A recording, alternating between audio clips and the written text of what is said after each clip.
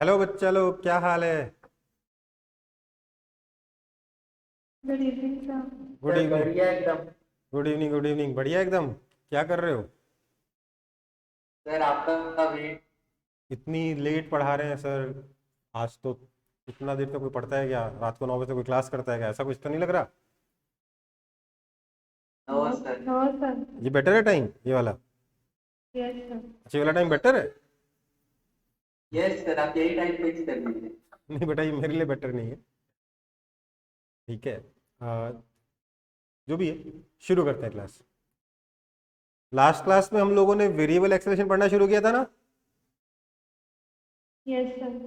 क्या इक्वेशंस थी उसकी? ये 3 इक्वेशन थी सर। किस केस में क्या यूज करोगे, कौन सी इक्वेशन यूज करोगे, वो भी हम लोगों ने डिटेल में डिस्कस किया था। Yes sir. Yes sir. हमने कुछ क्वेश्चंस भी किए थे, जैसे ये वाला क्वेश्चन कंप्लीट कर रखा हम लोगों ने, है ना? हाँ सर। हम लोगों ने ये वाला क्वेश्चन भी कर लिया था, है ना? सर हाँ बेटा। सर बाउंड्री कंडीशन मतलब सर मिनिमम डेटा कितना दिया हुआ है? जो डेटा गिवन है ना, उसको यूज करना होता है। जो मतलब बाउंड्री कंडीशन मतलब, देखो जनरल इक्वेशन तो मिल गया, हमारे जनरल रिलेशन तो मिल गया, पर वो यस कांस्टेंट निकालने के लिए हमें एक एक्स्ट्रा इन्फॉर्मेशन चाहिए होगी ना। Yes sir. वो एक्स्ट्रा इन्फॉर्मेशन क्या है कि इतने टाइम पर इसकी वैल्यू इतनी थी, है ना? यस उस डेटा का यूज करना, वो डेटा क्या कहलाता है? बाउंड्री कंडीशन कहलाता है। ठीक है बेटा? सर। Okay sir.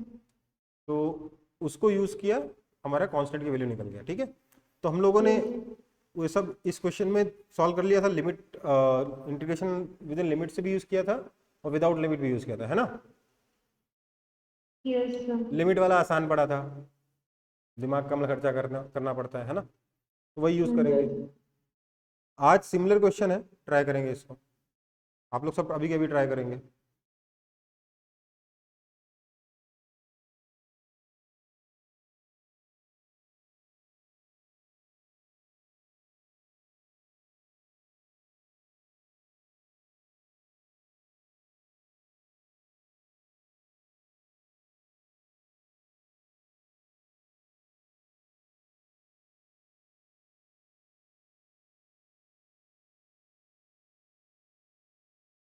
क्वेश्चन पढ़ लिया? अच्छे से पढ़ लिया क्वेश्चन? हम्म। यस चलो, मैं ही शुरू कर देता हूँ, ठीक है?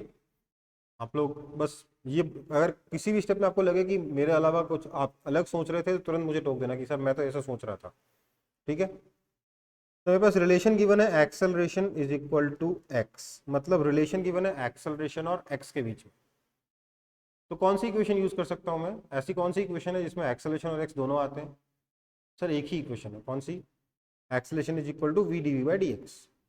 मतलब क्या हो गया? Yes v d v by d x is equal to x. This means v d v is equal to x d x. हमने क्या किया? वेलोसिटी की टर्म्स को एक साथ रखा, वो एक्स की टर्म्स को दूसरी तरफ कर दिया, है ना? यहाँ तक तो कोई दिक्कत नहीं है। No no sir. अब क्या करेंगे? इंटीग्रेट कर देंगे इसको दोनों तरफ। ठीक है? तो उसके बाद हम लोगों ने यहाँ पर इंटीग्रेशन लगाया। जब इंटीग्रेशन यूज कर रहे हैं, तो हम कौन सा इंटीग्रेशन यूज करना प्रेफर करेंगे? डेफिनेट वाला।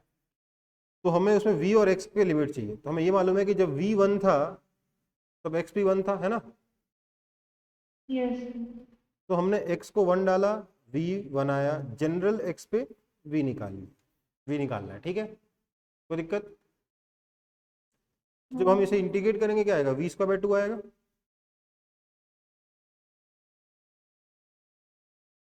एक्स स्क्वायर बाय 2, कहाँ से कहाँ तक? 1 से लेकर x तक।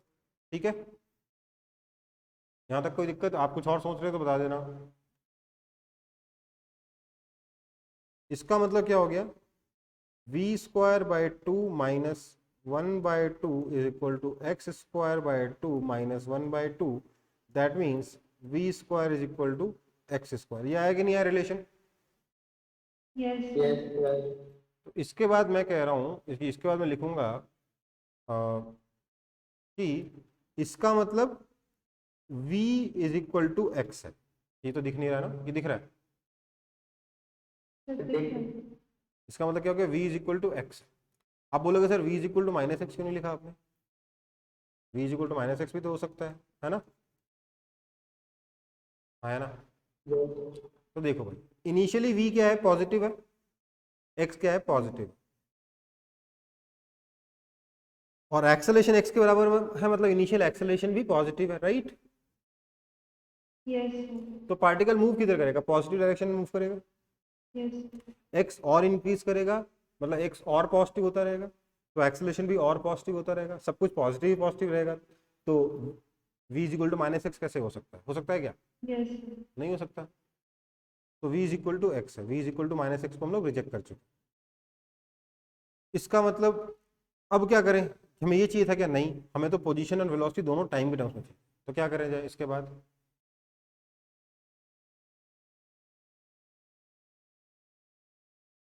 दिस इम्प्लाइज, अब तो v is equal to dx by हाँ, dx/dt d phi d is equal to x.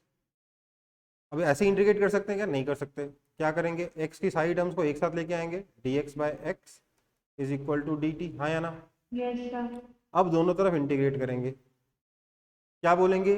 Sir t is equal to 0 पर x की वैल्यू 1 है, तो t इज इक्वल टू 0 पर x की वैल्यू 1 है, टाइम t पर हम x निकाल लेंगे। ओके बेटा? यस सर तो इसके बाद क्या आएगा? तो सर इसके बाद हम लिखेंगे इसकी ये हो गया ln x ln minus ln 1 is equal to t minus 0, right? Yes limit बिठा दी मैंने एक ही बार में। दिस मीन्स ln 1 तो 0 होता है क्योंकि log of 1 is always 0, yes so ln x is equal to t। This means x कितना हो गया? e टू पावर t आया, यस सर तो x हो गया e टू पावर t। लेकिन हमें सिर्फ यही नहीं चाहिए था, हमें वेलोसिटी भी चाहिए as a function of time, है ना? तो क्या करेंगे? This means velocity is equal to dx by d t which is also equal to e to power t। तो दोनों ही कितना हो गया? e टू पावर t आया, राइट? यस तो कॉपी कर लो इसको।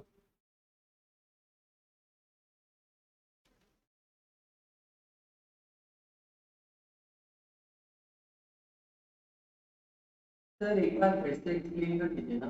किसको? कहाँ से बेटा? पूरा? नो सर, वो dt सर dx/dt हाँ इक्वल्स टू x, उसके बाद सर जो ln x हाँ, माइनस ln 1। तो dx by d t equal to x आया। हमने क्या किया फिर? x को इधर लेके गए, t को उधर लेके गए, क्योंकि सारे के सारे x की टर्म्स को एक साथ इकट्ठा करोगे तब तो इंटीग्रेट करोगे। सारे के सारे टाइम वैल्यू को एक तरफ रखा, दोनों तरफ इंटीग्रेट किया। क्या किया? लिमिट लगाई। टाइम, उसके लिए बाउंड्री कंडीशन लगानी पड़ेगी ना। तो time t is equal to 0 पे x की वैल्यू 1 है ना? Yes sir. टाइम t पर x निकालना है, इसको इंटीग्रेट किया, क्या है? ln x आया। Yes sir. यस लिमिट कहाँ से कहाँ तक? 1 से लेकर x तक इक्वल टू t, लिमिट कहाँ से कहाँ तक? 0 से लेकर t तक। तो इसका यहाँ से यहाँ आएगा ln x minus ln 1 yes sir. Is equal to t minus 0, right? Yes sir, अब क्लियर।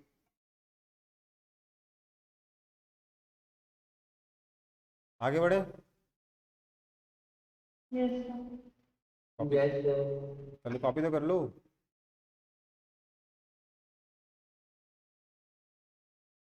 हो गया कॉपी यस सबका? सर। चलो, नो ओके, ये एक एग्जांपल।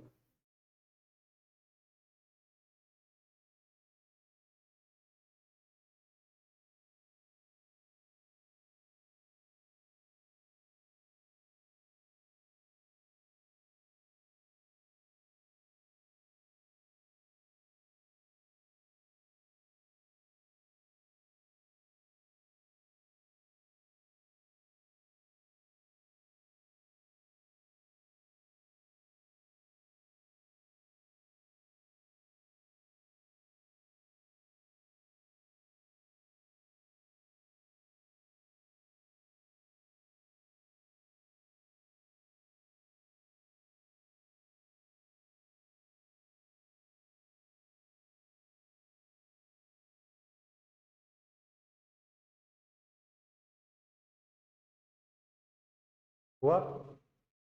समझ में आया क्या करेंगे? हुआ तो नहीं होगा, ये तो जल्दी लंबा क्वेश्चन है, पर समझ में आया क्या करेंगे?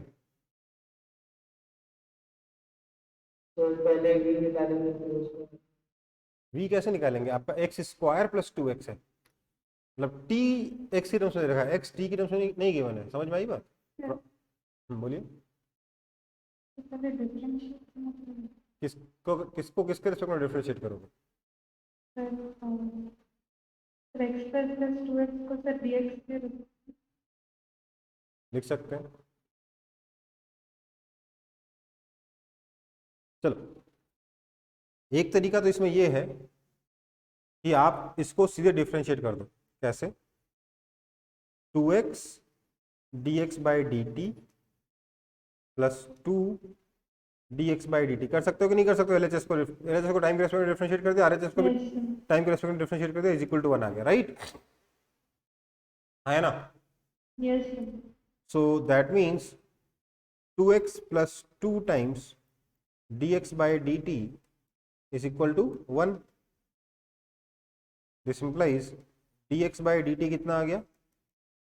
1 अपॉन 2 टाइम्स x प्लस 1। कोई दिक्कत है इसमें? No, sir. और dx by dt क्या होता है? v होता है ना, तो v कितना हो गया? 1 अपॉन 2 टाइम्स x प्लस 1। तो पहला स्टेप ऐसे भी कर सकते थे। कोई इंसान अगर थोड़ा सा ज़्यादा क्या बोलते हैं एक्सपेरिमेंट करने के इसमें रहता है तो ऐसे भी लिख सकता था। सर इसको मैं ना उल्टा डिफरेंशिएट कर देता हूँ। कैसे? सर ये x square plus 2x equal to t है ना, मैं काम करता हूँ सर, मैं लिखता हूँ D T by d x. अच्छा, मैं सर इसको ऐसे लिखता हूँ कि sir D T by d x, जब टी एक्स की टर्म्स में दे रखा है तो वैसे डिफरेंशिएट कर देते हैं। D T by d x कितना हो जाएगा? सर 2x प्लस 2 हो जाएगा, right? Yes, sir. That means D x by d T कितना हो जाएगा? 1 upon 2 times Yes, sir. X plus 1। ये आसान पड़ा कि पिछला वाला आसान था? फिर ये वाला sir. समझ में आई बात? तो बस यही है कि ज़्यादा डिफिकल्ट नहीं है, ये भी सेम ही चीज़ है, पर थोड़ा सा एक होता है ना, ऐसे करोगे तो लगेगा हाँ मैंने कुछ स्पेशल किया, राइट? Yes, sir. खैर जो भी है, इसमें नहीं जा रहा मैं, ये हमारा एम नहीं था। हमारा एम इस क्वेश्चन को सॉल्व करना है फिलहाल। तुम क्या करें? वेलोसिटी आ चुका है 1 अपॉन 2 टाइम्स एक्स प्लस 1, तो ये तो 1 अपॉन एक्स प्लस 1 का होल क्यूब बोल रहा है, ये तो गलत है पक्के से, है ना? Yes, sir. तो इसको तो मैं लिख देता हूँ फिर भैया कि तुम तो गलत हो। अब मुझे एक्सेलरेशन निकालना पड़ेगा, है ना? मुझे एक्सेलरेशन निकालना पड़ेगा कि इन दोनों में से कौन सा ट्रू तो है। v dv by dx. हाँ, वैसे निकालेंगे या उससे बेटर तरीका भी है मेरे पास। तो v d by d x ही कर लो, क्या दिक्कत है?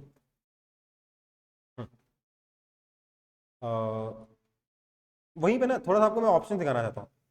आपने बोला सर एक्सेलरेशन, मेरे को वी और एक्स के बीच में रिलेशन पता है मेरे को, और एक्सेलरेशन और एक्स के बीच में रिलेशन चाहिए, तो सही तरीका तो ये कि acceleration is equal to v d v by d x कर लो, है ना? तो इससे क्या आएगा sir? This is equal to v times d by d x of what? Sir 1 by 2 times x plus 1, है ना? हाँ. That is equal to v times 1 by 2 तो बाहर आ गया, 1 अपॉन एक्स प्लस 1 का डिफ्रेंशिएशन करना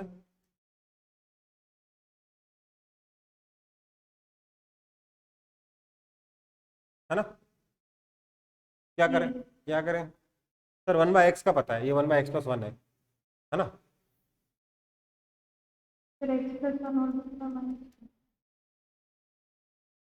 minus. -1 अपॉन एक्स प्लस 1 का whole square, right? Yes, sir. जो दिए हैं उसको भी लिख। That is equal to -1 upon 2 times, अब v कितना है? 1 upon 2 times x plus 1, Yes, sir. तो ये 4 हो गया और एक्स प्लस 1 का क्यूब हो गया, क्योंकि मैंने यहाँ से यहाँ v की वैल्यू सब्स्टिट्यूट करी, राइट? Yes, sir. तो कौन सा आंसर करेक्ट आ गया? ना ये करेक्ट हुआ ना ये करेक्ट हुआ। हाय यार क्या चल रहा है ये, है ना?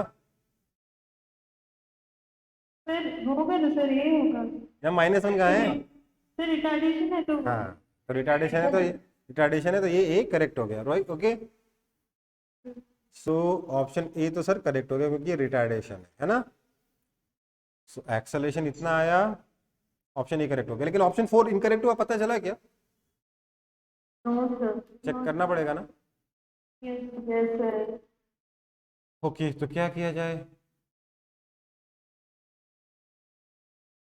क्या किया जाए? फिर और एक इक्वेशन। एक्सेलरेशन और टाइम के बीच में रिलेशन चाहिए।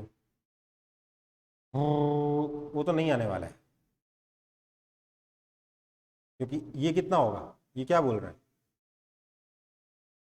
सर? ये कह रहा है कि acceleration is equal to 4 times t, कितना है sir? X square plus 2x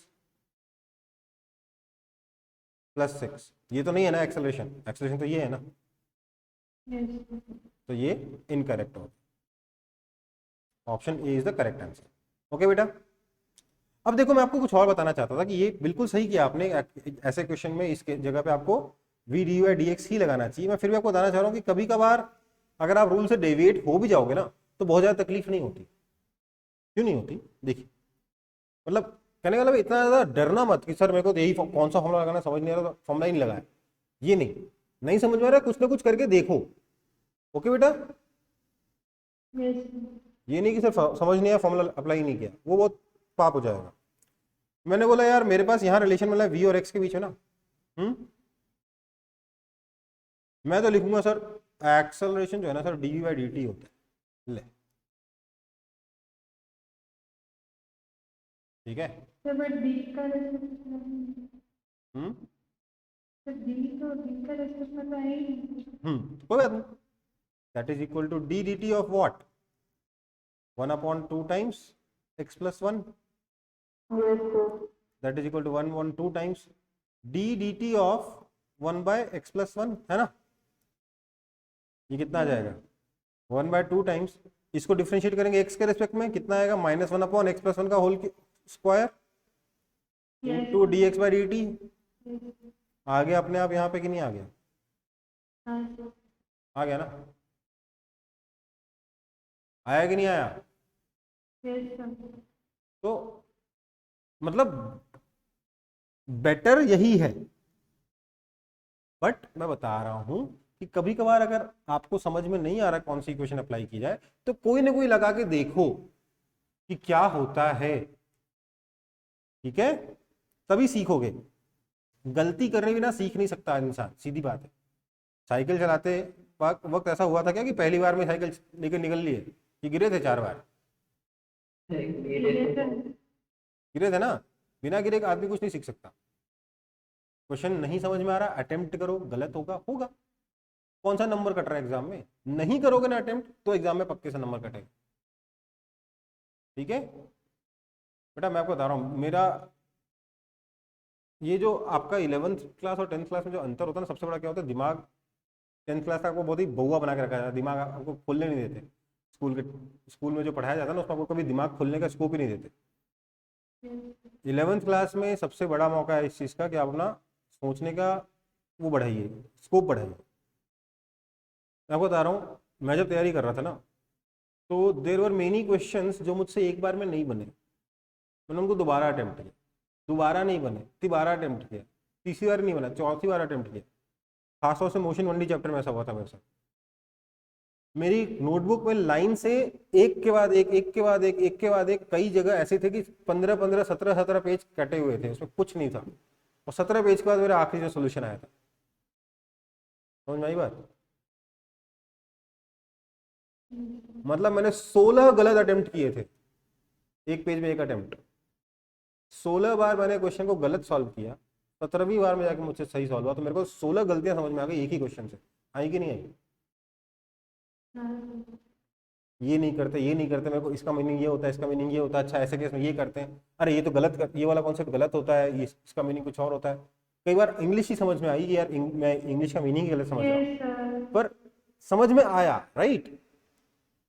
तो क्वेश्चन सॉल्व करते वक्त मैं ये नहीं कह रहा हूँ कि आप हर एक क्वेश्चन को लग जाइए हर एक क्वेश्चन के पीछे, मैं ये नहीं कह रहा हूँ, उतना टाइम नहीं होता है आप लोगों के पास, बट बिना 2 अटेम्प्ट दिए छोड़िए मत क्वेश्चन को। और 2 अटेम्प्ट देने का मतलब ये नहीं कि जब पहली बार सॉल्व करें तो पूरा हर क्वेश्चन को 2 अटेम्प्ट देना शुरू कर दें। होगा क्या कि इससे आप पूरी एक्सरसाइज ही नहीं कर पाओगे। क्या होता है तरीका कि मान लेते हैं आपने बोला आज मैं ये एक्सरसाइज करूंगा जिसमें 50 क्वेश्चन, ओके, डिसाइड किया आपने, ठीक है बेटा? आप क्या करोगे, आप अपना टाइम सेट कर लोगे कि 50 क्वेश्चन है, मैं 1-2 घंटे में इसको खत्म करूंगा या 100 मिनट में खत्म करूंगा, डिपेंडिंग ऑन की कौन सी एक्सरसाइज है, आप कितने लेवल तक तैयार हो। ठीक है, मान लीजिए आपने 2 घंटे का टाइम लिया, 2 घंटे में वो 50 के 50 क्वेश्चन सॉल्व होने चाहिए, जस्ट लाइक टेस्ट। ओके बेटा, अब 50 के 50 सॉल्व होंगे नहीं, है ना, बट 50 के 50 अटेम्प्ट होने चाहिए, पढ़े सारे के सारे क्वेश्चन पढ़े होने चाहिए। कोई क्वेश्चन एक बार में नहीं बनता, उसको छोड़ के अगला क्वेश्चन बना लो, ऐसे करके 50 क्वेश्चन करो। और देखो 2 घंटे में अगर अंत में 20 मिनट बच गया तो उसमें से जो क्वेश्चन, कहने का मतलब ये है, क्वेश्चन आता गया, जो सॉल्व होता गया उसको सॉल्व करते गए, जो आसान लगा उसको सॉल्व कर दिया, जो छोटा लगा उसको सॉल्व कर दिया, जो लगा लेंदी है उसको बोला उसको बाद में करेंगे, जो लगा पता नहीं हो पाएगा कि नहीं हो पाएगा उसको बाद में करेंगे, ऐसे करके सारे 50 क्वेश्चन में गो थ्रू कर गए। ओके बेटा, आप देखोगे कि आपके जो 50 क्वेश्चन है ना, अगर आप सही से करोगे, प्रैक्टिस सही से करोगे, पहली बार में ऐसा नहीं होगा, बट विद टाइम आप देखोगे ये जो 50 क्वेश्चन है आप 1 घंटे में कर लेते हो। ये बात और इस 50 में से होता आपसे 25 ही है, 25 नहीं होते, और 25 क्वेश्चन 1 घंटे में हो गए, और 25 क्वेश्चन बाकी के पढ़ लिए आपने, है ना। उन 25 में से आप 10 मार्क कर चुके हो कि मेरे से ही बनेंगे ही नहीं। अब डिपेंड करता है, अलग अलग बच्चों का अलग अलग लेवल होगा, कुछ बच्चे एक ही बार में सारा कर लेंगे, उनकी बात अलग है, पर इन जनरल बता रहा हूँ, कुछ बच्चे होंगे जो बोलेंगे 25 में से मेरे से 10 बनेंगे ही नहीं, लेकिन ये 15 में बना सकता, तो अगला 1 घंटे में आपको 15 क्वेश्चन सॉल्व करना है। समझ में आएगा? वो 15 क्वेश्चन सॉल्व करने बैठोगे, आपको पता चलेगा शायद 45 मिनट में वो भी हो गया, क्योंकि आप क्वेश्चन पढ़ चुके हो, है ना, तो थोड़ा सा सॉल्व करने की स्पीड ज़्यादा होगी। अब आखिरी के जो 15 मिनट होंगे ना, उसमें पता है कौन से क्वेश्चन कर रहे होगे आप, वो जो आपने सोचा था आपसे कभी होंगे ही नहीं, और उन 15 मिनट में आप देखोगे जो 10 क्वेश्चन आपने छोड़े थे उसमें से 3 या 4 क्वेश्चन हो गए, तो आपको जो नहीं आता था आप वो भी सॉल्व कर चुके। क्यों? क्योंकि आपका दिमाग इस लेवल पे काम ऑपरेट करना शुरू कर दिया। ठीक है, तो प्लीज जब भी एक्सरसाइज सॉल्व करेंगे घर में यही टेक्निक अप्लाई करें। इसके बाद जब 2 घंटा हो गया, अब क्या करेंगे, आप देखेंगे आपका कौन सा आंसर सही है कौन सा गलत है। आप पहले बार में आंसर चेक नहीं करेंगे, ओके बेटा, क्योंकि टेस्ट देते वक्त आपको पहली बार में आंसर चेक करने को नहीं मिलता। यही गलती होती है, घर में प्रैक्टिस करते वक्त क्या होता है, हर एक क्वेश्चन सॉल्व किया, पीछे आंसर देख लिया, सही हुआ तो ठीक है, नहीं हुआ तो वापस अटेम्प्ट कर लिया, है ना। एग्जाम में तो ये मौका मिलता नहीं है। तो एग्जाम में क्या होता है, आपने पहला क्वेश्चन सॉल्व कर लिया, दूसरे क्वेश्चन में गए, अब दिमाग में चल रहा है पहला क्वेश्चन गलत तो नहीं हो गया, और दूसरे क्वेश्चन में कंसंट्रेट नहीं कर पा रहे हो, तो एग्जाम में ये एक्स्ट्रा डिफिकल्टी आ गई जो घर में हुई नहीं। इस वजह से एग्जाम में परफॉर्मेंस घर के मुकाबले खराब हो जाती है ना, होती है कि नहीं होती? Yes sir. यही कारण है एग्जाम में परफॉर्मेंस खराब होने का, प्रेशर नहीं है। वो प्रेशर क्या है, यही तो है कि यार जो क्वेश्चन सॉल्व किया वो सही तो नहीं हुआ, सब गलत तो नहीं हो गया, टाइम कम तो नहीं पड़ जाएगा, ये सब चीजें है ना। तो वो सारे कंसिडर आप घर के अंदर डाल दो। अब क्या करो, जो 2 घंटे बाद आप क्या करोगे, सारे क्वेश्चन के आंसर मैच करोगे। आपने देखा कि आपने 50 क्वेश्चन लिया था, आपने उस 50 में से 43 या 44 क्वेश्चन आपके हिसाब से आपने सही किए थे, उसमें से आपके 5 क्वेश्चन गलत हो गए, ठीक है, या 8 क्वेश्चन गलत हो गए, लेट्स से 8 क्वेश्चन गलत हो गए, 7 क्वेश्चन आपने छोड़ दिए, 8 क्वेश्चन गलत हो गए। अब क्या करोगे, जो 8 क्वेश्चन गलत हुए उनको सॉल्व करो, ठीक है, उनको सॉल्व कर लिया। उसके बाद वो जो बचे हुए 7 क्वेश्चन है ना, उनको देखोगे कि इसमें आपके कोई ऐसा तो नहीं कि इसमें थ्योरी मिसिंग है। अगर थ्योरी मिसिंग है तो थ्योरी पढ़ लिया, अगर ऐसे थ्योरी है जो आपने कभी पढ़ा ही नहीं तो उसको छोड़ दिया, ठीक है, उसको बाद में पढ़ा। बाकी मान लीजिए 7 में से 2 क्वेश्चन ऐसे जिसकी थ्योरी आपने पढ़ी नहीं, बचे हुए 5 क्वेश्चन, इन 5 क्वेश्चन को आप खूब बार अटेम्प्ट करें। खूब बार अटेम्प्ट करने का ये नहीं कि लगे हुए, खूब बार अटेम्प्ट करने का मतलब सोच के अटेम्प्ट करेंगे, ये करके देखता हूँ, ये करके देखता हूँ, ये करके देखता हूँ, ये करके। कभी कभी इंग्लिश समझ में नहीं आता क्वेश्चन। हाँ, तो इंग्लिश नहीं समझ में आ रहा तो इंग्लिश में 2 मीनिंग निकल रहे होते दिमाग में, जनरली ऐसे ही होता है ना कि उसके क्वेश्चन के 2 मीनिंग निकल रहे होते हैं, दोनों अटेम्प्ट करके देख लो, समझ में आ जाएगा कौन सी इंग्लिश सही है, और प्रैक्टिस 2 क्वेश्चन की हो जाएगी। दिक्कत क्या है, समझ में आई बात? इतना घबराना क्यों है, डरना क्यों है, घर पे क्यों डरना, समझ में आया? इंग्लिश समझ में नहीं आया तो अच्छा है, आपके पास 2 क्वेश्चन हो गए, है ना, ठीक है। तो आपको क्या लगता है मेरे 17 अटेम्प्ट का 17 अलग अलग एक ही चीज को मैं 17 बार अलग अलग तरीके से क्या था, उतने तो मेथड ही नहीं होते। मेरे को इंग्लिश समझ में नहीं आ रही थी, वहीं से इंग्लिश सीखी मैंने। मैं मजाक नहीं कर रहा हूँ, मैंने लास्ट क्लास में बोला था ना एलिवेटर, हाँ सर। वो एलिवेटर मेरे को नहीं पता था। फिर मेरे को भी सर मैं जब 11th क्लास में था मेरे को एलिवेटर नहीं पता था भाई, मैं समझ ही नहीं आ रहा था क्या है ये। मैंने बोला कोई बात नहीं, कुछ है। तो मैंने पहले उसको एक सिंपल प्लेटफॉर्म की तरह सोच के देखा, नहीं हुआ सॉल्व। फिर मैंने उसको एक डब्बे की तरह सोच के देखा, तो सॉल्व हो गया। मतलब लिफ्ट को एलिवेटर कहते हैं यार, मतलब समझ रहे हो। Yes sir. ये सारी इस तरीके से अटेम्प्ट किए, तब जाके समझ में आना शुरू हुआ सब कुछ। ओके बेटा, तो इंग्लिश भी सीखते हो, मतलब मेरी इंग्लिश 11 12 में ज़्यादा इंप्रूव हुई है 10th के मुकाबले, जबकि मैंने 11 12 में इंग्लिश देखी भी नहीं है, सिर्फ साइंस पढ़ के इंग्लिश थोड़ी सी इंप्रूव हुई। ठीक है। सो मैं ये कह रहा हूँ कि अटेम्प्ट पूरा करो और टाइम लगा के करो, टाइम कंस्ट्रेंट्स में, आंसर देखे बिना करो। ओके, यस आगे बढ़े फिर। यस। अच्छा, तो अब देखेंगे deriving Newton's equations of motion using calculus. Newton के जो इक्वेशंस थी उसको हम कैलकुलस का यूज करके कैसे डिराइव कर सकते हैं। देखो भाई, हमें ये पता है कि सर एक्सेलरेशन जो है ना वो dv बाई dt होता है, पता है कि नहीं पता? पता है ना। यस इसका मतलब सर dv कितना हो जाएगा, तो sir dv acceleration into dt हो जाएगा। ओके, क्या मैं इसको दोनों तरफ इंटीग्रेट कर सकता हूँ? सर बिल्कुल कर सकता हूँ। Time t is equal to 0 पे वेलोसिटी कितनी है सर? तो u होती है ना, उसी को इनिशियल वेलोसिटी कहते हैं ना। Yes sir. टाइम t पे वेलोसिटी कितनी है सर? V। पता नहीं, तो v डाल लेते हैं। दिस मीन्स इंटीग्रेट किया तो क्या आया? इंटीग्रेशन v आया, u से v इज इक्वल टू, ये कहता है एक a इंटीग्रेशन के बाहर आ गया,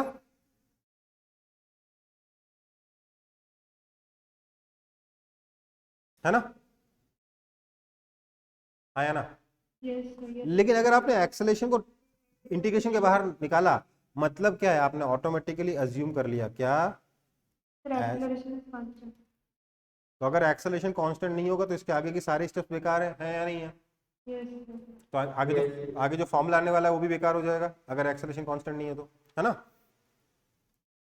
सो दिस मीन्स आपका क्या आ जाएगा? v minus u is equal to a t, that means v is equal to u plus a t. Okay बेटा, फर्स्ट इक्वेशन डिराइव्ड। यस। अब क्या करेंगे? इसका मतलब ये हो गया सर कि dx या चलो dx by d t is equal to u plus a t, है ना, आया ना।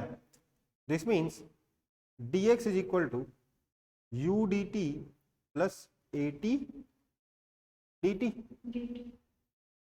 इंटीग्रेट कर देते हैं। टाइम पे लिमिट कहाँ से कहाँ तक लगेगी सर? 0 से t, 0 से t। जब t 0 था तो उसका पोजीशन कुछ ना कुछ तो होगा, उसको x नॉट बोल देते हैं और जनरल टाइम पे x मान लेते हैं। ओके बेटा, yes. So this will mean, मैं थोड़ा सा फास्ट कर रहा हूँ, अब x minus x not is equal to u constant है बाहर आ गया तो u into t plus a constant है बाहर आ गया t dt का integration t square by 2, limit लगाई तब भी t square by 2, right, yes. है ना। This means s is equal to u t plus half a t square, क्योंकि x माइनस एक्स नॉट ही तो है यू एस, है ना। यस। आप चाहो तो यहाँ ds पर dt कर सकते तो उसके यहाँ x नॉट की जगह 0 डाल देते हैं, है ना। और मतलब u भी कांस्टेंट है। बेटा u तो इनिशियल वेलोसिटी, वो तो एक नंबर ही होगा ना, है ना। और यहां पर आपको क्या मिला? एक और नया इक्वेशन मिल गया, x is equal to x naught plus u t plus half a t square. Okay बेटा, यस। है ना, कोई दिक्कत? No sir. अब थर्ड इक्वेशन कैसे निकाल सकते हैं? तो सर थर्ड इक्वेशन निकालने के लिए मैं चाहूं तो यहां से टाइम की निकाल के यहाँ सब्स्टिट्यूट कर दूंगा, थर्ड इक्वेशन आ जाएगी, है ना। नहीं तो मेरे पास एक ऑल्टरनेट तरीका भी है। क्या है ऑल्टरनेट तरीका?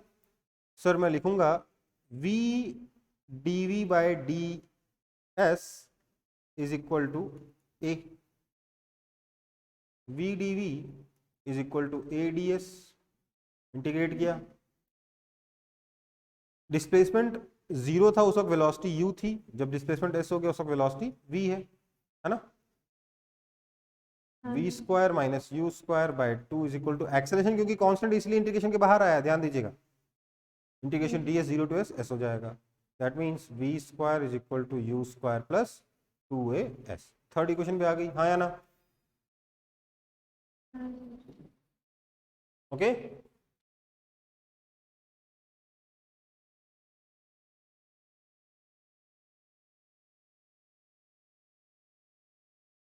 यस।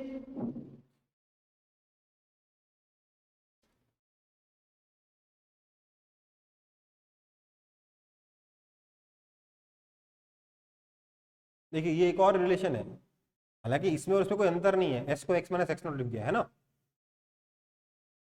यस तो ये आ जाएगा। ठीक है, तो पोजीशन के लिए आपका एक और रिलेशन है, आप इसको कभी यूज करना चाहो तो कर सकते हो, मैं करता हूँ कभी सर, कभार। वो लास्ट सेकंड स्टेप पर सुना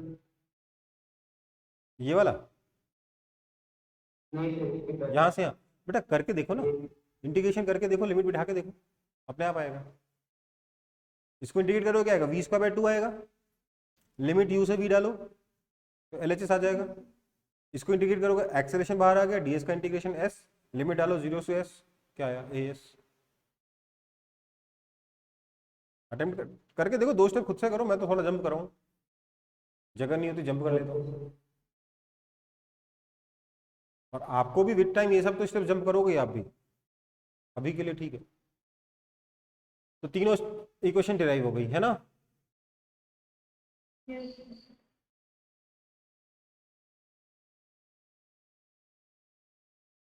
आगे बढ़े, यस। डेरिवेशन तो खत्म ही हो गया एक ही पेज में। अगला है मोशन एंड ग्राफ्स। ठीक है, मोशन एंड ग्राफ्स। तो कुछ रिलेशंस हैं हमारे क्वांटिटीज के बीच में, उसके बारे में बात करेंगे, रिलेशन बिटवीन की क्वांटिटीज। देखो भाई,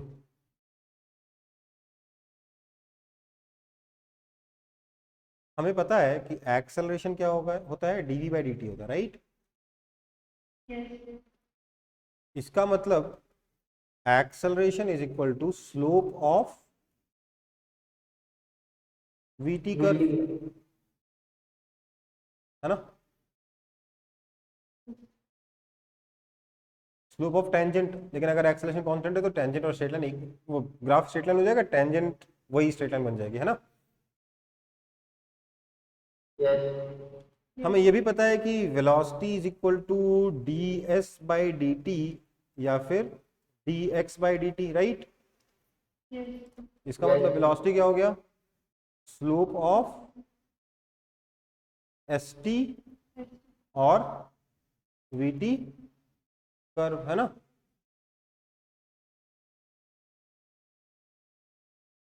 देखो यहां पर लोगों को लगता है सर दोनों का स्लोप एक ही होगा क्या, ध्यान दो। मान लो ये xt कर्व है, ठीक है ना। यस। तो vt st का कर्व कैसा होगा, डिस्प्लेसमेंट टाइम ग्राफ कैसा होगा। देखो ये x नॉट है, इनिशियल डिस्प्लेसमेंट हो जाएगा 0, तो इनिशियली पॉइंट शुरू होगा यहाँ से, ये आपका डिस्प्लेसमेंट क्या हो जाएगा, x माइनस एक्स नॉट, है ना, है ना। मतलब हर जगह ये इस ग्राफ से ऊपर आपका क्या है, तो सर मैंने व्हाइट कलर से x बना दिया है और येलो कलर से डिस्प्लेसमेंट बना दिया, ठीक है, ये व्हाइट है, ठीक है। तो बेसिकली क्या होगा, हर जगह ही इससे x नॉट कम होगा डिस्प्लेसमेंट, है ना।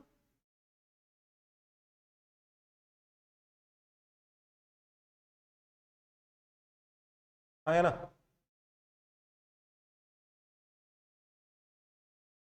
किसी भी टाइम t पर जो डिस्प्लेसमेंट होगा वो पोजीशन से x नॉट कम होगा, क्योंकि x माइनस एक्स नॉट है, तो ग्राफ कैसा आएगा, मैंने एक्सपर्ट बताया। डेफिनेशन है ना, position minus initial position, yes. तो ग्राफ ऐसा ही आएगा ना, दोनों का स्लोप हमेशा इक्वल ही होगा ना। यस। समझ में आई बात, वही ग्राफ है, थोड़ा सा नीचे शिफ्ट हो गया, ओके। तो दोनों का स्लोप हमेशा सेम ही होगा। ओके बेटा, तो इसको कॉपी नहीं करना, ये बस समझा रहा था, इसको प्लीज कॉपी मत करिएगा, घर में जाके देख के खाली कंफ्यूजन नहीं होगा। सर स्लोप ऑफ वहाँ पे एसटी और बीटी कर एसटी ले लीजिए या वीटी ले लीजिए। अगर डिस्प्लेसमेंट टाइम ग्राफ दे रखा है उसका स्लोप भी वेलोसिटी देगा, अगर पोजीशन, अच्छा एसटी और एक्सटी है, सॉरी तो वही तो एसटी और एक्सटी कर्व, ठीक है।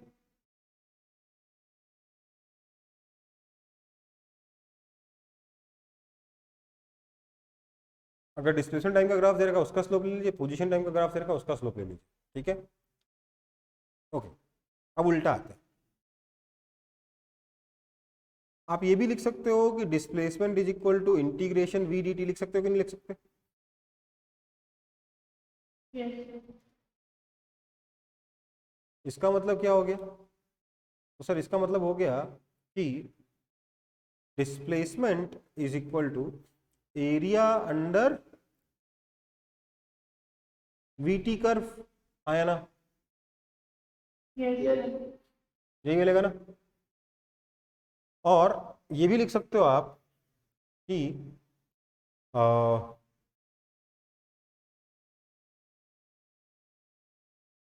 सिमिलरली आप क्या लिख सकते हो?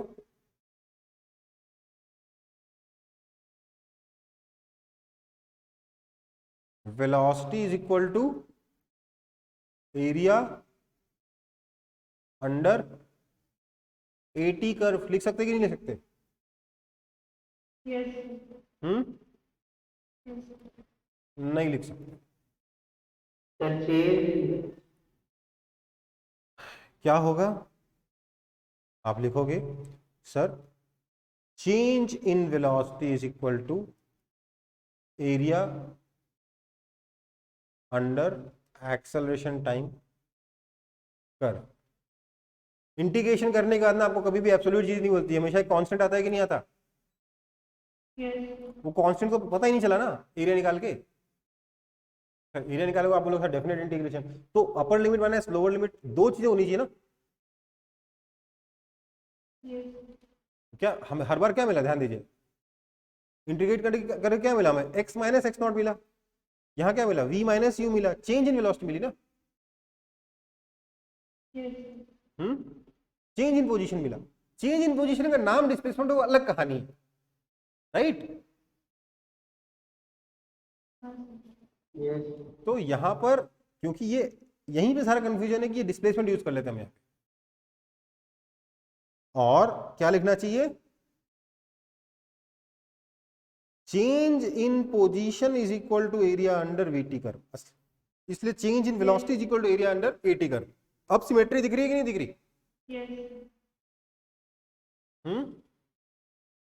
तो ये आपका रिलेशन है मेन, सबको पता है, बचपन से पढ़ के आए।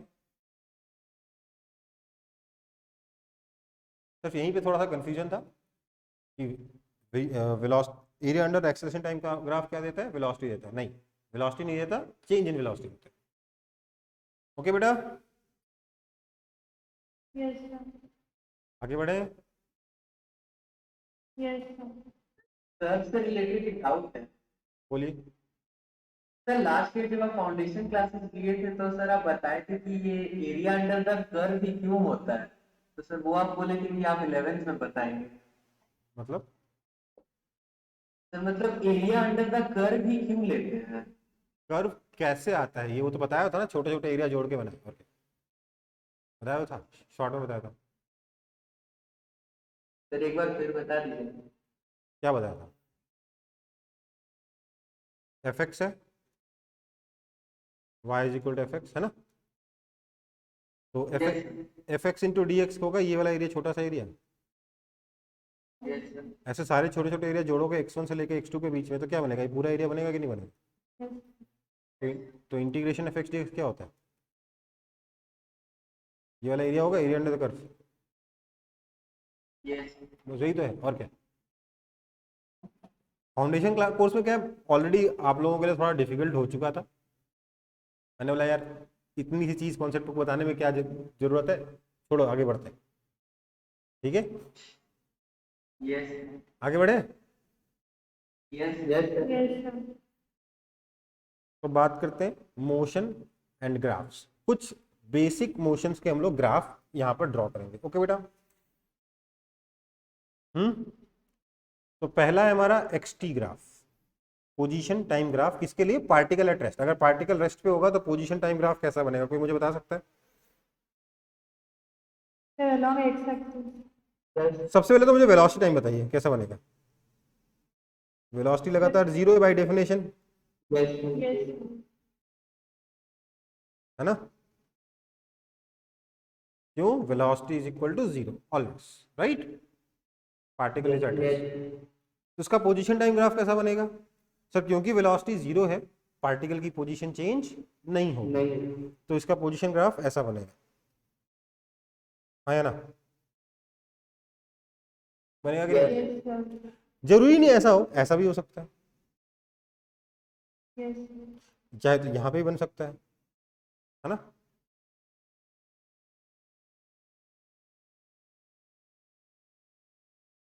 है ना? ये कब बनेगा? अगर आपका जो इनिशियल पोजीशन है वो पॉजिटिव है तो ये बन जाएगा।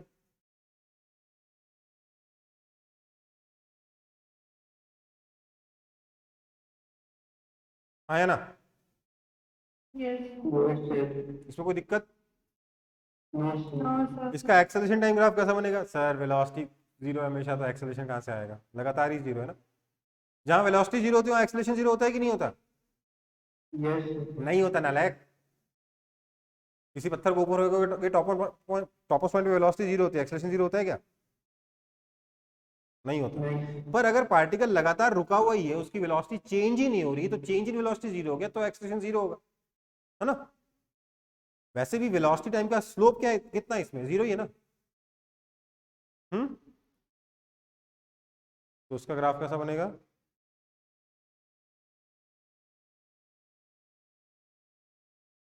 ओके बेटा। Yes। इसमें तो कोई दिक्कत नहीं, फटाफट कॉपी करो, आगे बढ़ेंगे। बस इतना ये चीज ध्यान देनी है कि भैया पोजीशन टाइम ग्राफ का तीन, पोजीशन और टाइम के बीच में तीन पॉसिबल ग्राफ है।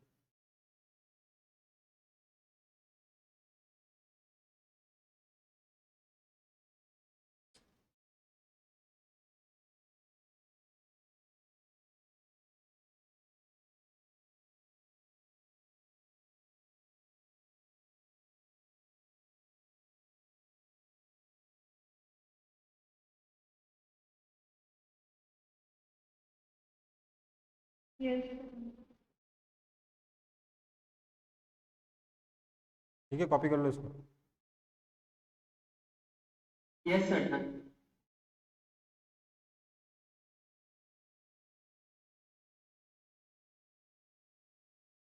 एक सेकंड।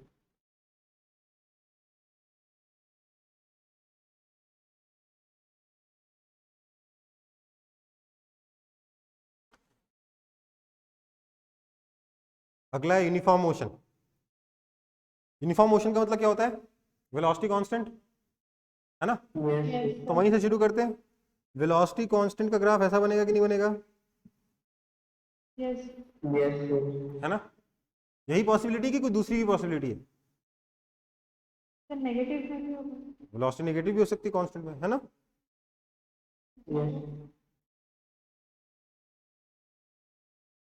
तो ऐसे में आपका पोजीशन टाइम ग्राफ कैसा बनेगा? सर डिपेंड करता है एक्स नॉट कितना है ना? अगर एक्स नॉट पॉजिटिव है तो ऐसा बन सकता है, एक्स नॉट अगर जीरो है तो ऐसा बन सकता है, और एक्स नॉट नेगेटिव है तो ऐसा बन सकता है। हाँ या ना? इसमें क्या है? Velocity positive, velocity positive, velocity positive, क्योंकि स्लोप जब पॉजिटिव वेलोसिटी के लिए ग्राफ हमेशा ऊपर ही जाएगा, चाहे यहाँ से जाए, चाहे यहाँ से जाए, चाहे यहाँ से जाए। वो डिपेंड करता है इनिशियल पोजीशन क्या है। और यहाँ पर आपका वेलोसिटी क्या है? नेगेटिव है, वेलोसिटी नेगेटिव है, वेलोसिटी नेगेटिव है। समझ में आई बात? तो ये सारे केसेस पॉसिबल है, कहीं से भी शुरू हो सकता है ग्राफ। ओके बेटा। Yes। बस ग्राफ ऊपर जा रहा है स्ट्रेट लाइन में तो वेलोसिटी पॉजिटिव, ग्राफ नीचे आ रहा है स्ट्रेट लाइन में तो वेलोसिटी नेगेटिव। एक्सेलरेशन टाइम का ग्राफ कैसा आएगा सर? यूनिफॉर्म मोशन एक्सेलरेशन तो जीरो ही रहेगा। तो कोई दिक्कत? देखो मतलब पोजीशन टाइम में बस क्या होगा, ये इनिशियल पॉइंट कहीं से भी शिफ्ट हो सकता है और कोई फर्क नहीं पड़ेगा, राइट। ये तीन ये दो के छह इसलिए बन गए क्योंकि इनिशियल पॉइंट पॉजिटिव भी ले सकते हो, जीरो भी ले सकते हो, नेगेटिव भी ले सकते हो, राइट, है ना। Yes sir. यहाँ पर एक्स नॉट पॉजिटिव है,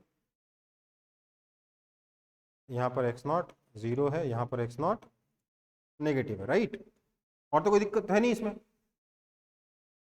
आगे बढ़े? यस। किसी को नहीं समझ में आ रहा तो बता देना भाई।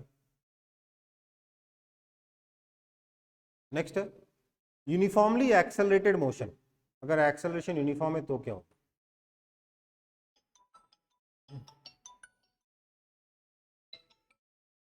एक सेकंड बेटा, अभी I am taking a class.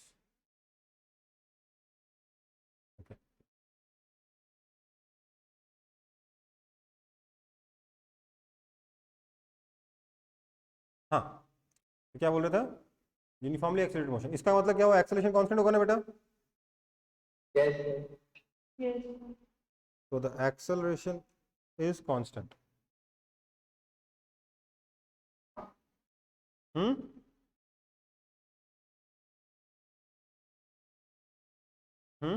ठीक है। यस तो वेलोसिटी का ग्राफ कैसा बनेगा सर? इसके तीन पॉसिबिलिटीज है, हम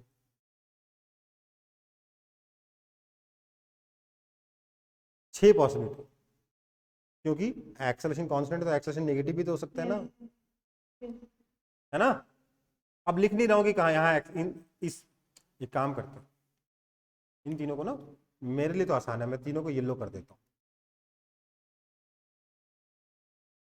व्हाइट का मतलब क्या हो गया, येलो का मतलब क्या हो गया, ठीक है, समझ में आ गई बात। यहां पर क्या है, इनिशियल वेलोसिटी पॉजिटिव है, यहाँ इनिशियल वेलोसिटी जीरो है, यहाँ इनिशियल वेलोसिटी नेगेटिव है। कोई दिक्कत इसमें? No sir. कोई दिक्कत नहीं है। अच्छा, डिस्प्लेसमेंट टाइम का ग्राफ मैंने इसलिए पोजीशन तो लिखा ही नहीं क्योंकि ऑलरेडी 6 केसेस तो वेलोसिटी बन चुके हैं, है ना, समझ रहे हो। वो 6 × 3 हो जाएगा, 18 केसेस तो मैं ड्रॉ नहीं करने वाला। आपको उस ग्राफ को आप ऊपर नीचे शिफ्ट कर सकते हो पोजीशन टाइम के लिए, ओके बेटा, जो भी यहाँ पे डिस्प्लेसमेंट टाइम का बन रहा है, ओके। यस। तो मैं उसमें भी अभी सिर्फ एक्सेलरेशन पॉजिटिव वाला केस बना रहा हूँ, ओके। अगर एक्सेलरेशन पॉजिटिव है तो उसमें तीन केसेस बनते हैं, initial velocity positive, zero, negative, right. अब वेलोसिटी क्या होता है? पोजीशन टाइम का स्लोप होता है ना। यस तो सर। इनिशियल वेलोसिटी पॉजिटिव मतलब इनिशियल स्लोप पॉजिटिव,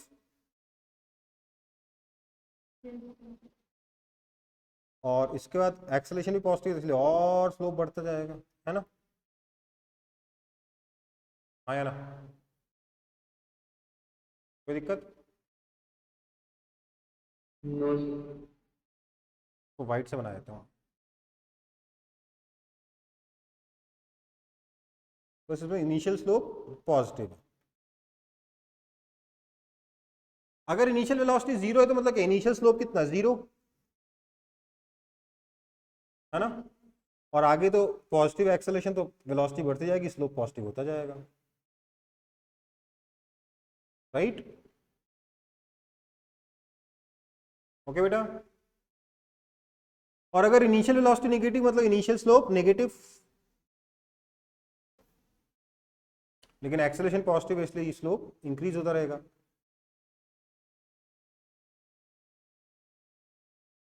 हाँ या ना।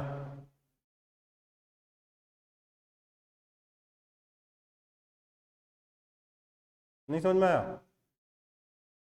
No sir.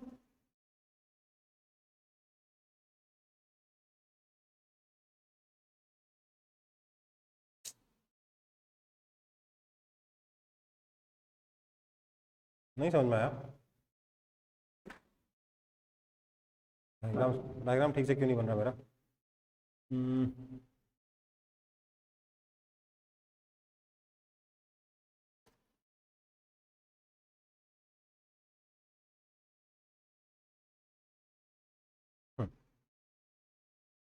क्या बोलना चाह रहा हूं मैं, सोचो। मैं इसका ग्राफ नंबर 1 का ग्राफ समझ में आ गया, ये यस ग्राफ नंबर 2 का समझ में आ गया, यस तो ग्राफ नंबर 3 का समझ में नहीं आ रहा है। और क्या हो सकता है? एक्सेलरेशन पॉजिटिव तो कनकेव तो अपवर्ड्स ही रहेगा। इनिशियल वेलोसिटी नेगेटिव, इसलिए इनिशियल स्लोप नीचे नेगेटिव से शुरू हो रहा है, नेगेटिव से बढ़ते बढ़ते जीरो हुआ, जीरो से बढ़ते बढ़ते पॉजिटिव हो गया स्लोप। समझ में आया?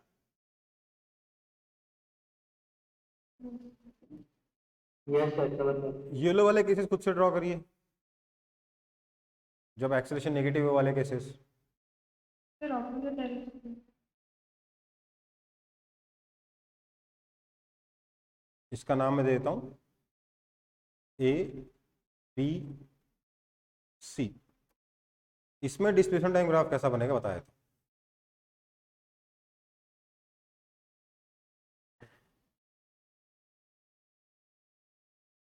हम्म,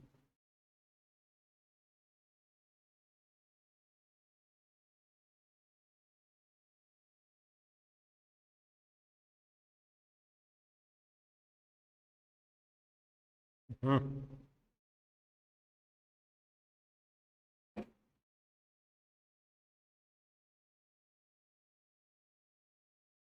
समझ में आया?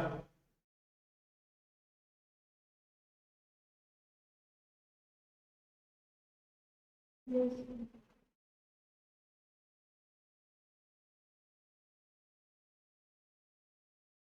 All these graphs will be parabola. क्यों? क्योंकि अगर अगर एक्सेलरेशन कांस्टेंट है तो क्वाड्रेटिक तक ही पहुंचेगा ना, s equal to t plus half a t square इतना ही पहुंचेगा ना। यस क्वाड्रेटिक ही बना ना टी का, तो ग्राफ कैसा होगा? पैराबोला ही होगा। ये सारे के सारे 1 2 3 ए बी सी सारे सारे ग्राफ कैसे होंगे? क्वाड्रेटिक ही, मतलब क्वाड्रेटिक बोल रहा हूं, पैराबोलिक ही होंगे। ओके बेटा, यस आगे बढ़े। यस मोशन एंड ग्राफ्स का यूनिफॉर्मली एक्सेलरेटेड मोशन भी होगी। देखो, अगर आपको बोल दिया जाए कि ये डिस्प्लेसमेंट टाइम ग्राफ है, तो आप इससे क्या इंफॉर्मेशन निकाल सकते हैं? बोलते जाइए। Velocity variable. Initial velocity positive और एक्सेलरेशन कांस्टेंट। पॉजिटिव है, पर कांस्टेंट है कि नहीं ये पता नहीं। क्यों?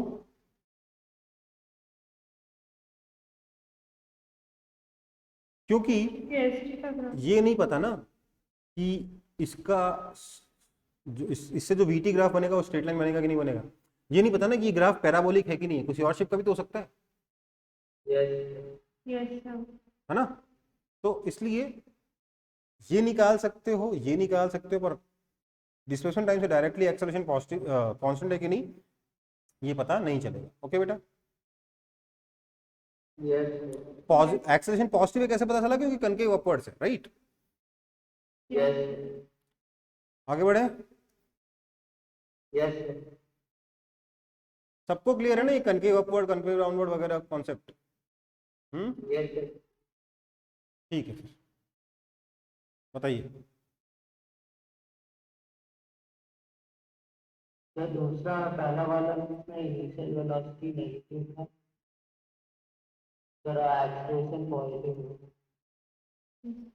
मान लो ये T1 दे रखा है, सॉरी ये T1 दे रखा है, ये T2 दे रखा है, तो क्या बोलेंगे?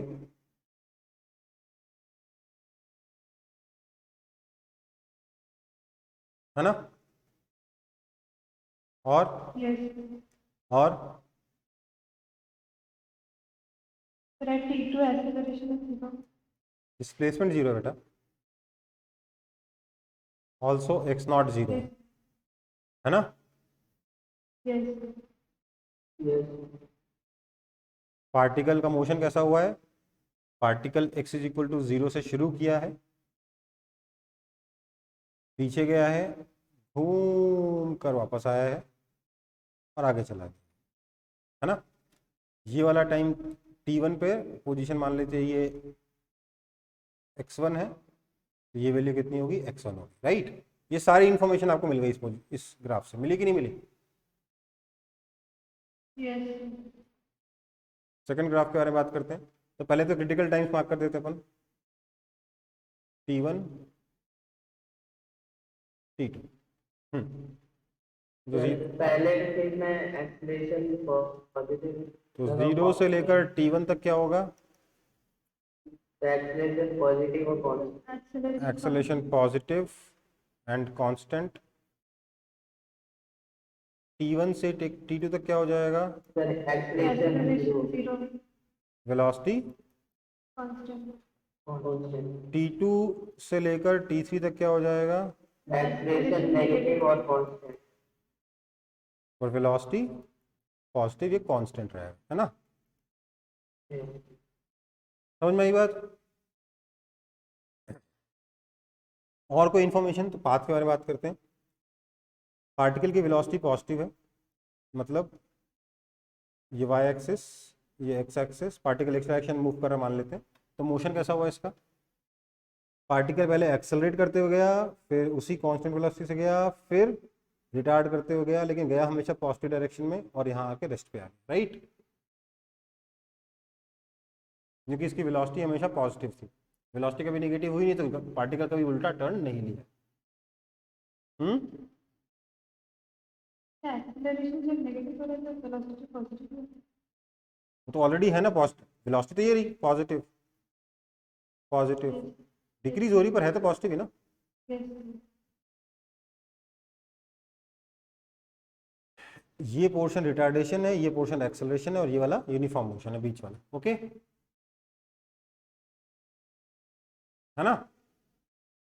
यस यस तो इंफॉर्मेशन मिल गई सारी की सारी, इससे भी बहुत सारी मिली कि नहीं मिली? यस तो ये चीज आपको करनी आनी चाहिए। इस क्वेश्चन में मैंने आपसे कुछ ये नहीं पूछा कि ये वाला वैल्यू निकालो, ये क्वेश्चन सॉल्व करो। मैंने बोला बस ग्राफ को आपको प्रॉपरली एनालाइज करना आना चाहिए कि ग्राफ का मीनिंग क्या है, ग्राफ से आपको क्या क्या इन्फॉर्मेशन मिल रही है। इतना ध्यान रखिएगा, a picture is worth 1000 words, okay. तो एक ग्राफ में आपको इतनी इन्फॉर्मेशन होती है जितनी पूरी की पूरी इक्वेशन में नहीं होती, ओके बेटा? यस तो ग्राफ पे कमांड होना बहुत ज़्यादा जरूरी है अगर आपको किसी भी कॉम्पिटिटिव एग्जाम में कुछ भी करना है। तो खास तौर से जेईई एडवांस में अगर किसी को कुछ भी अच्छा स्कोर करना है तो ग्राफ पे कमांड बहुत जरूरी है, ओके बेटा? मैं अपने कॉलेज में किसी भी दोस्त को नहीं जानता था जिसको ग्राफ समझ में नहीं आता था, मेरा कोई भी फ्रेंड नहीं था ऐसा, ठीक है बेटा? यस यस सर आगे बढ़े फिर, सर एक मिनट सर जल्दी जल्दी कॉपी करिए।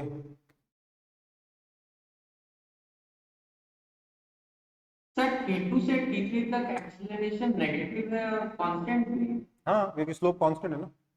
-3 कांस्टेंट नहीं है क्या? यस सर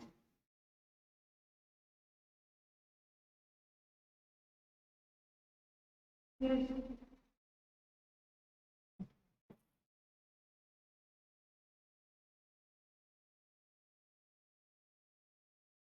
आगे बढ़े। यस यस तो अब बात आता है deriving Newton's equations from graph. ये तो आप क्लास 9 में कर चुके हो ना कि नहीं किया है? यस किया यस सर देखो, सर इसको कॉपी करेंगे। बिल्कुल। अगर वेलोसिटी टाइम ग्राफ दे रखा है तो यहाँ पे वेलोसिटी u है, टाइम t पर वेलोसिटी v है, राइट? तो यस आपका एक्सेलेरेशन क्या हो जाएगा? स्लोप के बराबर, that is equal to tan theta, that is equal to ये opposite v minus u upon ये बेस टाइम, है ना? That means AT is equal to V minus U. This means V is equal to U plus AT. First equation आ गई, yes है ना?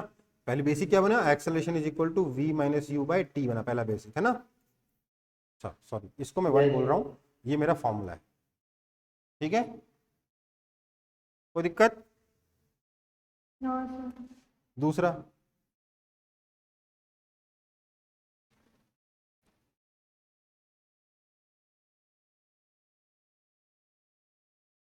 मैंने बोला ये वाला जो एरिया होगा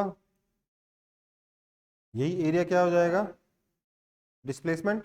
एरिया अंडर वीटी कर्व क्या होता है, displacement. So displacement is equal to half into sum of parallel sides u plus v into distance between them t। Yes. So this implies displacement is equal to u plus v by 2 into t. This is my equation 2. Okay? ये formula नहीं है, वैसे formula भी है लेकिन ठीक है। This is my equation 2, है ना, कोई दिक्कत? No, sir. Now if I substitute v from first formula to second equation, what will I get? बताइए। Sir, u plus 80 by 2 into. Yes, sir, u plus. Second equation बन गई, है ना। Yes. Yes. उसके बाद क्या करेंगे,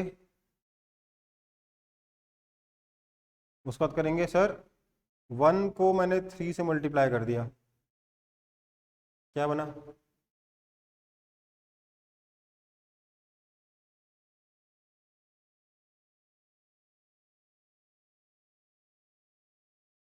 this is formula number 3। All 3 formulas are derived, right? Yes. 3 बोलो, 1 को 2 से मल्टीप्लाई किया, है ना।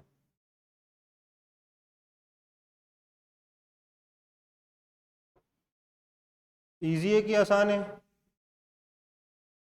Sir, दोनों easy But और easy भी है। ठीक, आगे बढ़े।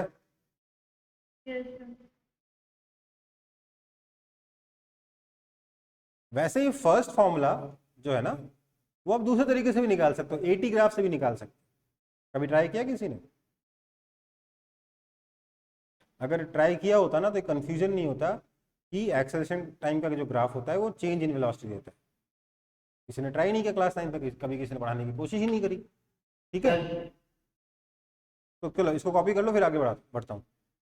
सर टाइम को भी मल्टीप्लाई पुट कर देंगे। वो तो अभी किया है, वो तो अभी ऑलरेडी कर चुका है। A is equal to v minus v by t, है ना। मैं इस फॉर्मूले को तो ड्राइव करना चाहता हूँ, हो गया सर। हो गया। अगर मैं एक्सेलरेशन टाइम ग्राफ से डिराइव करना चाहूँ फर्स्ट इक्वेशन को, तो फर्स्ट इक्वेशन डिराइव हो सकती है एक्सेलरेशन टाइम ग्राफ से, क्योंकि एक्सेलरेशन कांस्टेंट ग्राफ ऐसा होगा। अगर ये यहीं से पता चल जाएगा, अगर एक्सेलरेशन कांस्टेंट नहीं तो आपके फॉर्मूले काम नहीं करेंगे, लेकिन एक 9th क्लास में किसी को बताना ही नहीं आपको, है ना। तो एक्सेलरेशन टाइम का ग्राफ ऐसा है, आप क्या बोलोगे,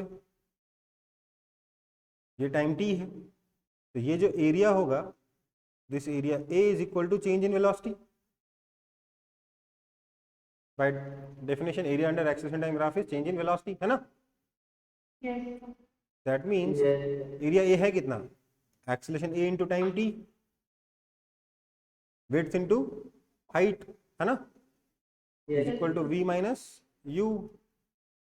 that means v is equal to u plus a t. Done done done done, आ गया कि नहीं आ गया? Yes, sir. इससे दो चीजें सीखी क्या, सबसे पहले तो ये एरिया होता है वो चेंज इन वेलोसिटी देता है ना। दूसरा, भैया जब एक्सेलरेशन कांस्टेंट है तभी फॉर्मूला वैलिड है, अदरवाइज वैलिड ही नहीं है, Yes. है ना। Yes. तो आगे बढ़े, ये छोड़ दे।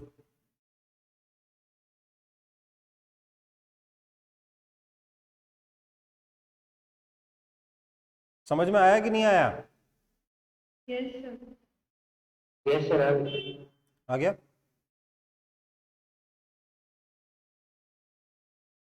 अगला है drawing eighty graph from VT graph. अगर मुझे कभी वेलोसिटी टाइम ग्राफ दे रखा है, मुझसे बोला बताओ एक्सेलरेशन टाइम ग्राफ कैसा दिखेगा, ऐसे क्वेश्चन आते हैं ना, तो क्या करेंगे? Yes, sir. तो ऐसे क्वेश्चन में आप वीटी ग्राफ के जस्ट नीचे एटी ग्राफ बना दीजिए, जस्ट नीचे, सीधे नीचे, साइड में नहीं करना, खिसकाना नहीं है, टाइम दोनों का साथ साथ चलना चाहिए, ठीक है बेटा। मतलब टी इक्वल 0 इसका यहाँ पे, वो इसका सेम वहीं पे, सेम जगह पे, ओके बेटा। Yes, sir. अब क्या करेंगे, जो क्रिटिकल पोजीशंस हैं जहां पर ग्राफ अपना रुख बदल रहा है, अपना रवैया चेंज कर रहा है, उन पोजीशंस को आप ऐसे, उन टाइम्स को आप ऐसे मार्क कर देंगे।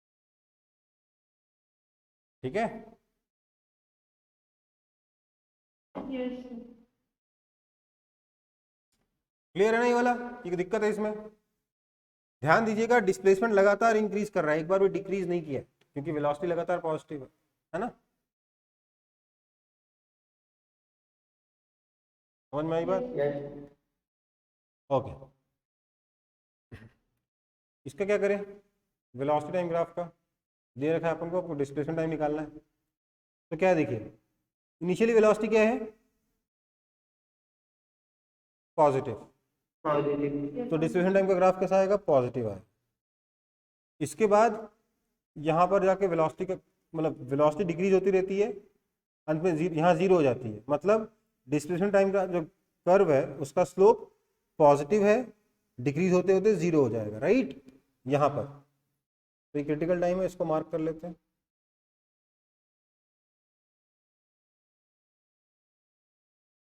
कोई दिक्कत इसमें? नो। नो। इसके बाद वेलोसिटी नेगेटिव हो गई है ना, तो अब स्लोप नेगेटिव होना शुरू हो जाएगा। कहाँ जाके खत्म होगा तो देखते हैं। मैं ये एज्यूम कर रहा हूँ बेटा कि मैं इस ग्राफ को बनाते हुए एज्यूम कर रहा हूँ कि ये वाला एरिया और ये वाला एरिया इक्वल है, ठीक है। तो टोटल डिस्प्लेसमेंट कितना हो जाएगा? जीरो हो जाएगा। यस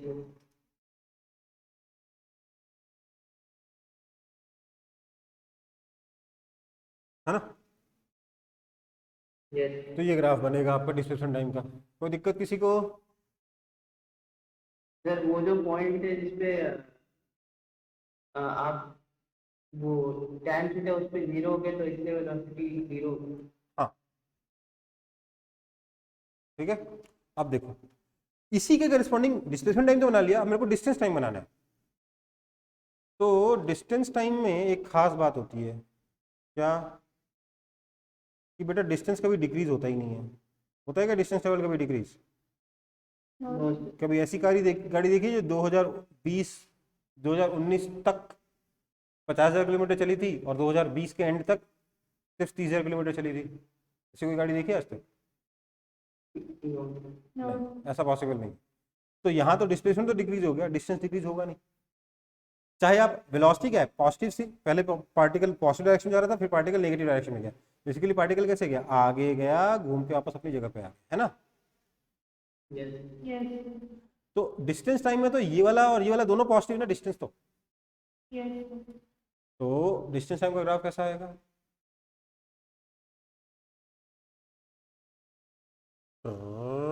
यहाँ तक तो ठीक है, सेम है डिस्प्लेसमेंट और डिस्टेंस का ग्राफ। इसका जब डिस्प्लेसमेंट डिक्रीज होने लगा ना, डिस्टेंस अभी भी इंक्रीज करेगा, जितना ये डिक्रीज करेगा उतना ये इंक्रीज करेगा, है ना। यस। मतलब ये मान लो 20 है, ये भी 20 है, तो डिस्प्लेसमेंट का क्या हुआ? 20 माइनस 20, और डिस्टेंस का क्या हुआ? 20 प्लस 20। मतलब जितना डिस्प्लेसमेंट डिक्रीज हुआ उतना डिस्टेंस इंक्रीज होगा। तो ग्राफ कैसा आएगा? समझ में आई बात? Yes yes sir. कॉपी कर लो।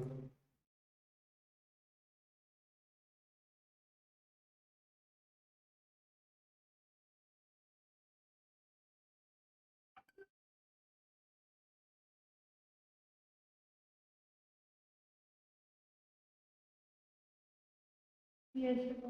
हो गया? Yes sir. सर हाँ बेटा। तो लास्ट में वो एलिवेटर वाला क्वेश्चन करा दीजिए एलिवेटर वाला क्वेश्चन कौन सा? सर, जो मैंने आपको भेजा था। एक बार और भेज दो।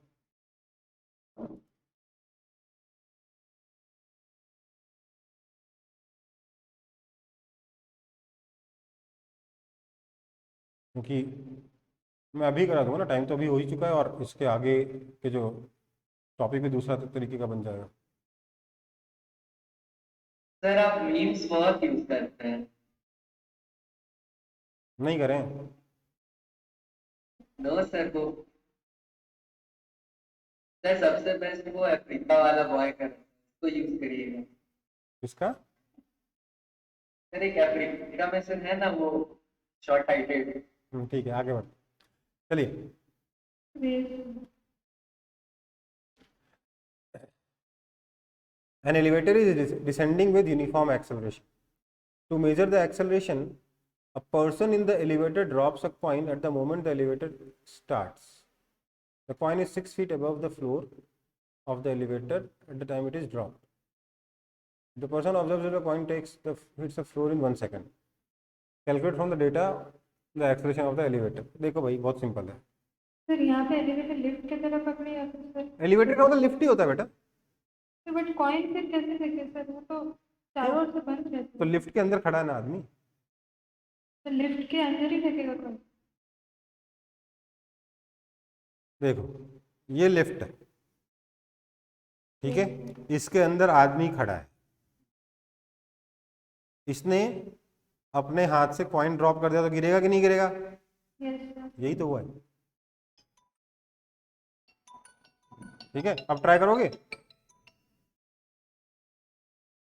ट्राई कर लेना एक बार फिर से ये क्वेश्चन. फिर पता ही नहीं था आप समझ, आपको इंग्लिश नहीं समझ में आ रही तो ट्राई कर लेना एक बार. ठीक है बेटा, यस नेक्स्ट क्लास में करा दूंगा मैं. और किसी को कोई क्वेश्चन भेजना तो पूछ लो, पूछना तो. सर और वो इंटीग्रेशन वाला भेज सकते सर ग्रुप। फिर और एक बार कौन सा? सर वो इंटीग्रेशन वाला।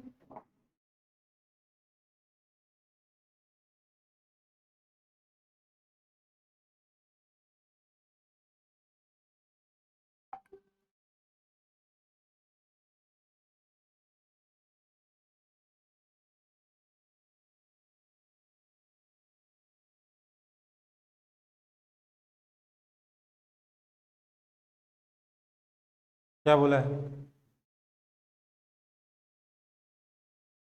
तो पार्ट देखो आपको बोला है integration of dx upon root 5x plus 8 निकालना है. ओके, आपको सब्स्टिट्यूट करने के लिए बोला substitute u is equal to root 5x plus 8. Normally हम लोग 5x प्लस 8 सब्स्टिट्यूट करके निकाल लेते हैं. यहाँ बोला नहीं, रूट 5x प्लस 8 सब्स्टिट्यूट करो. ठीक है, क्वेश्चन ने बोल दिया ना तो ये करना है. तो हम क्या बोलेंगे? This implies du by dx is equal to 1 by 2 root 5x plus 8 into 5. Chain rule लगाया, देख लो यस सर। आया. This implies dx is equal to du into 2 root 5x plus 8 by 5. कोई दिक्कत? No sir. देयरफॉर आई कितना हो गया? Integration of 1 by root under 5x plus 8 into d x की क्या आ गया? 2 by 5 root under 5x plus 8 into d u. Yes sir.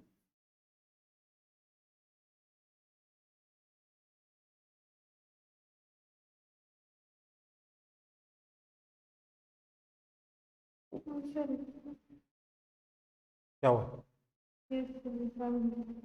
कोई दिक्कत है इसमें? सर वो समझ में नहीं आ रहा था सर, रूल में जो और कोई क्वेश्चन किसी का? जल्दी भेज दो.